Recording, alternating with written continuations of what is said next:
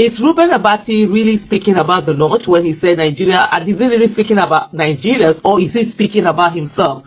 One of the things for me that I always don't want people to do is to hide under generalization. He's talking about the northern Nigeria will not want an Igbo presidency, see what a Yoruba presidency has done. When is the rest of the South supposed to pay for whatever Tinubu has done?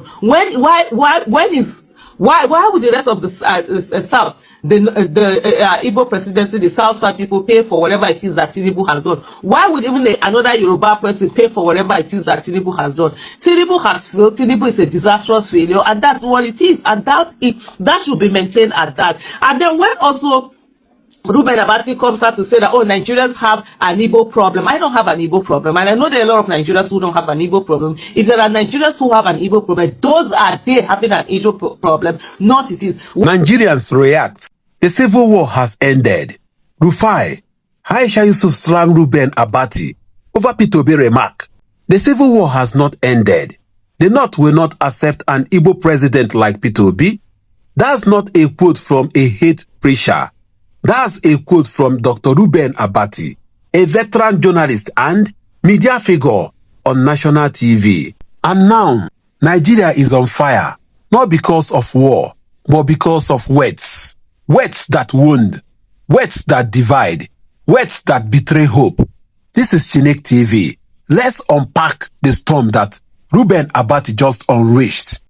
On Arise TV, Reuben Abati dismissed Peter Obi's proposed one-term presidency as a sign of desperation. He went further, saying, the civil war has not ended. The North won't support an Igbo man like Peter Obi. You say the North will buy into this idea of one term. No, the North will not. Because the civil war in this country has never ended. I don't believe that Northerners who are already aggrieved with a Yoruba president will just shift and embrace the possibility of an Igbo president.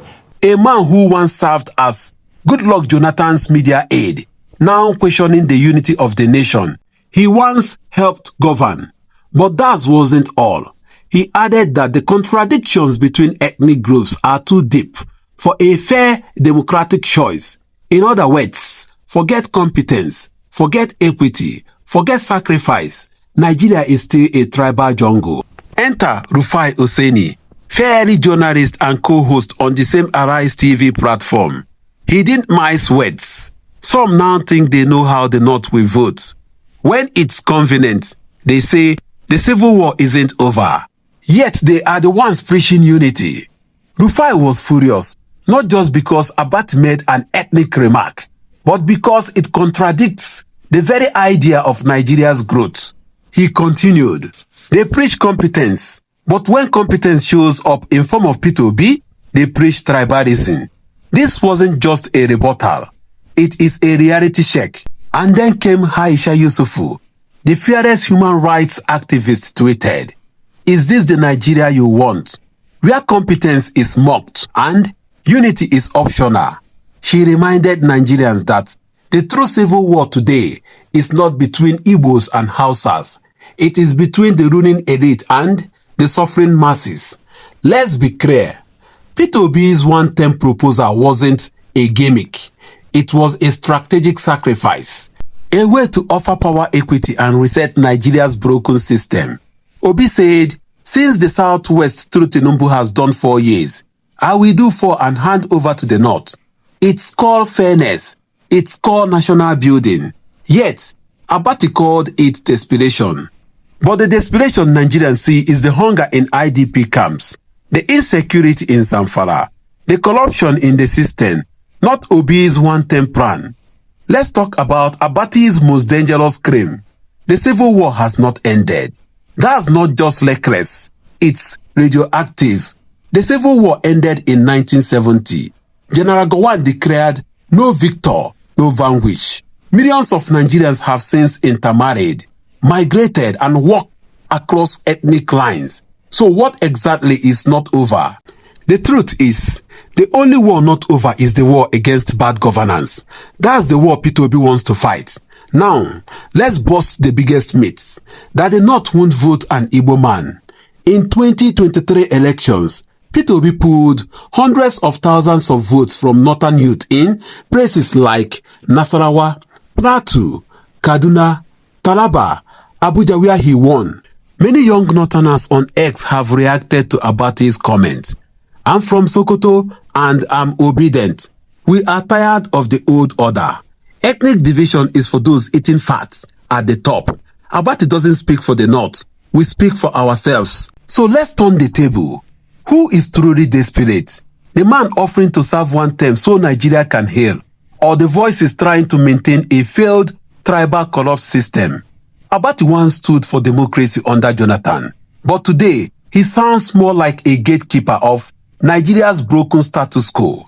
Maybe he has forgotten that Goodluck Jonathan lost in 2015 because many Nigerians, even in the South, rejected back-to-back Southern presidencies. Now Obi is offering equity, and they called it desperation.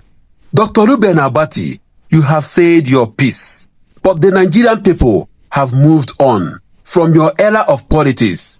This generation doesn't care if you are Igbo, Yoruba or Hausa. We care about who is honest, accountable, and visionary. Peter Obi's offer of one term is not a political stunt. It is a bridge to trust, to healing, to national unity. The real war isn't ethnic. The real war is the war against those who fear a better Nigeria. So when next you say the civil war hasn't ended, remember, it has. And we, the people, are winning the one that truly matters. This is Chinick TV, for Nigeria, for truth, for the future. Food, carrying plates and doing boy at parties that could be better organized by event organizers is also a sign of desperation. It doesn't work. It will never work. And then the second challenge, of course, is that you say the North will buy into this idea of one term. No, the North will not. Because the civil war in this country has never ended. I don't believe that Northerners who are already aggrieved with a Yoruba president will just shift and embrace the possibility of an Igbo president. When I watch that clip, for me, the first thing that comes out of my mind is that, is Reuben Abati really speaking about the North when he said Nigeria, and is he really speaking about Nigerians, or is he speaking about himself?